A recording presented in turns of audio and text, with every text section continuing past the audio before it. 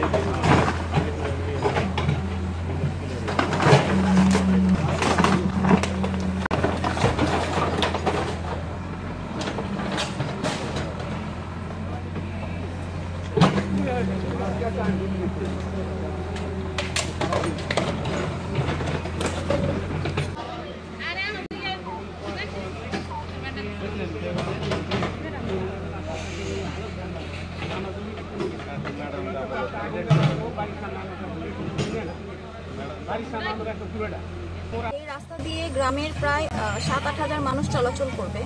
এই রাস্তাটি হচ্ছে এই গ্রামবাসীর অনেক দিনের চাওয়া। সেই প্রেক্ষিতে আমরা এই রাস্তাটি আমাদের উন্নয়ন প্রকল্পে অন্তর্ভুক্ত করে এই রাস্তাটি করার সিদ্ধান্ত নিই। এখানে সকল মানুষ এই রাস্তার যাদের জমি সবাই হচ্ছে এই রাস্তার জন্য জমি হচ্ছে দিয়েছে। শুধু একজন ব্যক্তি যে কিনা হচ্ছে এই রাস্তার জন্য তার অংশের যতটুকু প্রয়োজন ততটুকু উনি দিতে রাজি হচ্ছিল না। সে প্রেক্ষিতে প্রায় ৪-৫ হাজার মানুষ আমার কাছে লিখিতভাবে আবেদন করে যে এখান দিয়ে হচ্ছে যদি কোনো গর্ভবতী নারীকে হাসপাতালে নিয়ে যেতে হয়, কোনো অসুস্থ মানুষকে যদি নিয়ে যেতে হয় তখন তারা দুর্ভোগের শিকার হয় এবং দীর্ঘকাল ওই ব্যক্তি তার এই জমিটি আটকে রেখে অন্য মানুষের চলাচলে বাধাগ্রস্ত করার কারণে রাস্তার বদলে পাশে সাঁকো দিয়ে মানুষ হচ্ছে চলাচল করছিল। এই জনদুর্ভোগের কারণে মানুষের আবেদনের প্রেক্ষিতে এবং গ্রামবাসীর আবেদনের প্রেক্ষিতে আমরা উক্ত ব্যক্তির যতটুকু জমি আমাদের রাস্তার জন্য প্রয়োজন অতটুকু জমিতে তার টিনের হচ্ছে 2টি ঘর ছিল, সেই ঘর দুটি আমরা হচ্ছে অপসারণ করেছি এবং এতে জনগণের দুর্ভোগ আশা করি কমবে। এখন আমাদের এই রাস্তাটি খুব দ্রুত সময়ের মধ্যে আমরা রাস্তার কাজ সম্পন্ন করতে পারবো। এই ইউনিয়নের চেয়ারম্যান মোহাম্মদ রফিকুল ইসলাম। আমি 13 বছর ধরে রাজনীতি করি। এই প্রথম যখন চেয়ারম্যান হলাম এবং আমার আব্বাই থাকতো এই রাস্তা করার জন্য আসছিল, আব্বাও চেয়ারম্যান ছিল, ছোটো ভাই চেয়ারম্যান ছিল, তারাও এই রাস্তা করতে এসে ফেরত গেছে।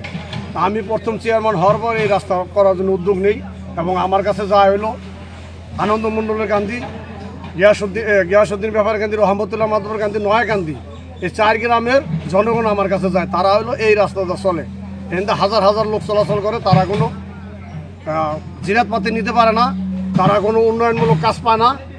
একটা রুগী যদি হয়, ডেলিভারি রুগী যদি হয়, ওইখানে ডেলিভারি হয়ে যায় নিতে নিতে। কিন্তু এরা যখন আমার ধরলো আমি একে 3-4 এটা মাপ দিলাম। মাপ দেওয়ার পরে তারা অনেকবার বোঝানো হলো, সে বুঝলো না, সে রাস্তা দিব না। এই লোকগুলারে আমি 13টা ঘর ভাঙাইছি। তারা গরিব মানুষ, তারা রাস্তার জন্য তারা দেওয়ার প্রস্তুত, কিন্তু তাকে বারবার অনুরোধ করা সত্ত্বেও সে রাস্তা দিবে না।